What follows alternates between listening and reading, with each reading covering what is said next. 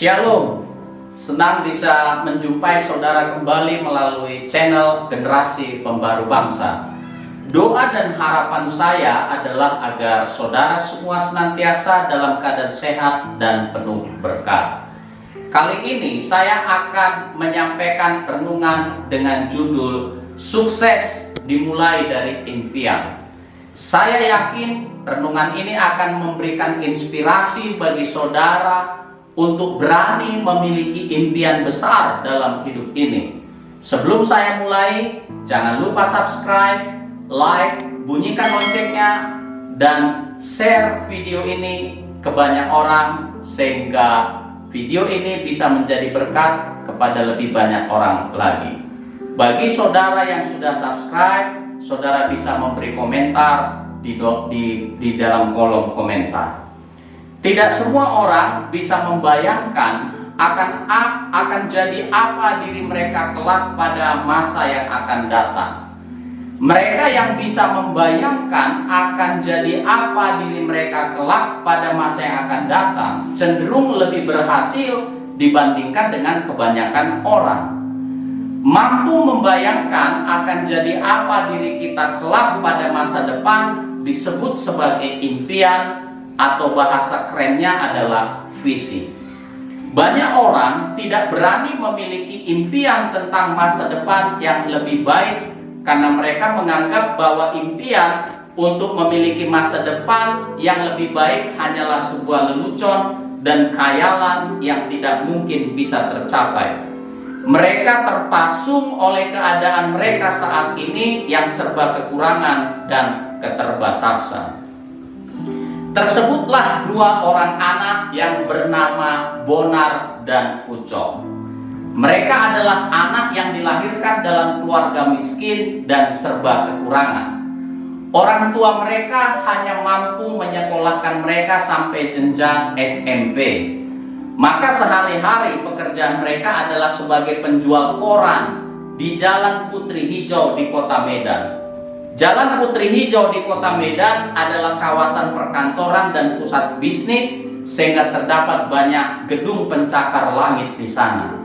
Satu kali, kedua orang itu memandang salah satu gedung pencakar langit yang tepat berada di depan tempat mereka berjualan koran. Bonar menyeletuk pada Ucok, "Aku ingin seperti bapak itu," sambil dia menunjuk pada sosok bapak yang baru saja keluar dari mobilnya dan masuk ke gedung tersebut.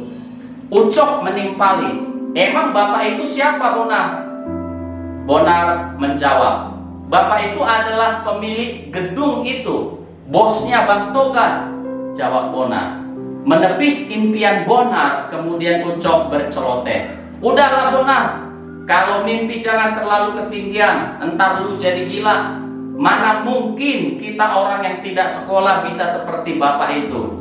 Tetapi Bonar tidak menghiraukan Ucok karena dia telah memiliki tekad yang bulat untuk mewujudkan mimpinya.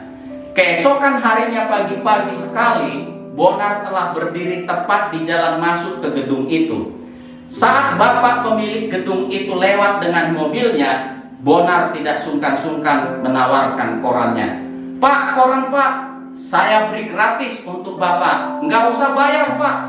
Namun bapak yang ada di dalam mobil itu diam dan mengacuhkan Bonar begitu saja.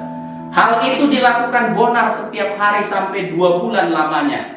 Walaupun ia belum mendapat tanggapan, ia tetap berjuang menawarkan korannya secara gratis kepada bapak pemilik gedung tersebut.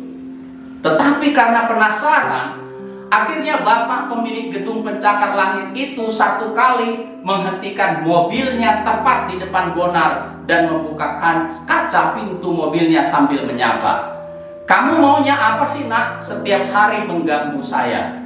Bonar hanya menjawab, "Saya tidak menginginkan apa-apa Pak, saya hanya ingin memberikan koran saya secara gratis kepada bapak."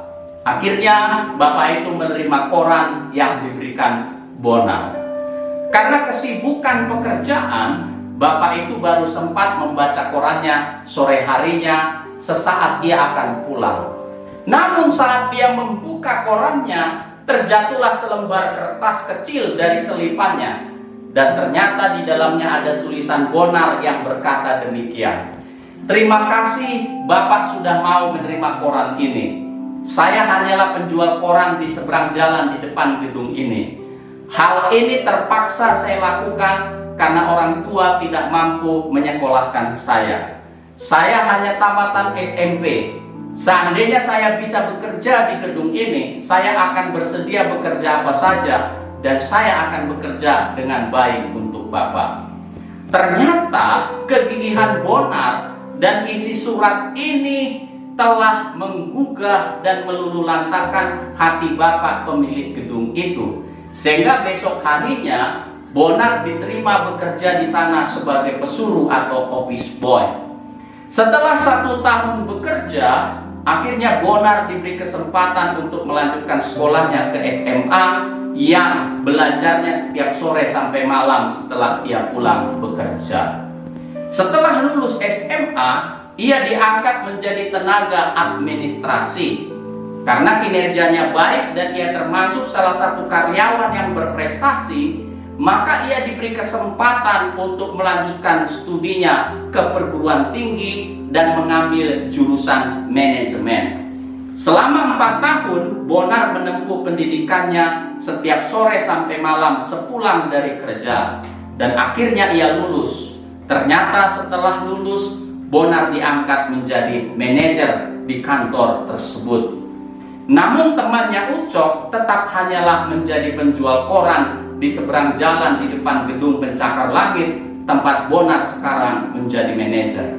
Kisah ini hanyalah gambaran tentang orang yang berani bermimpi dan orang yang tidak berani bermimpi tentang masa depannya.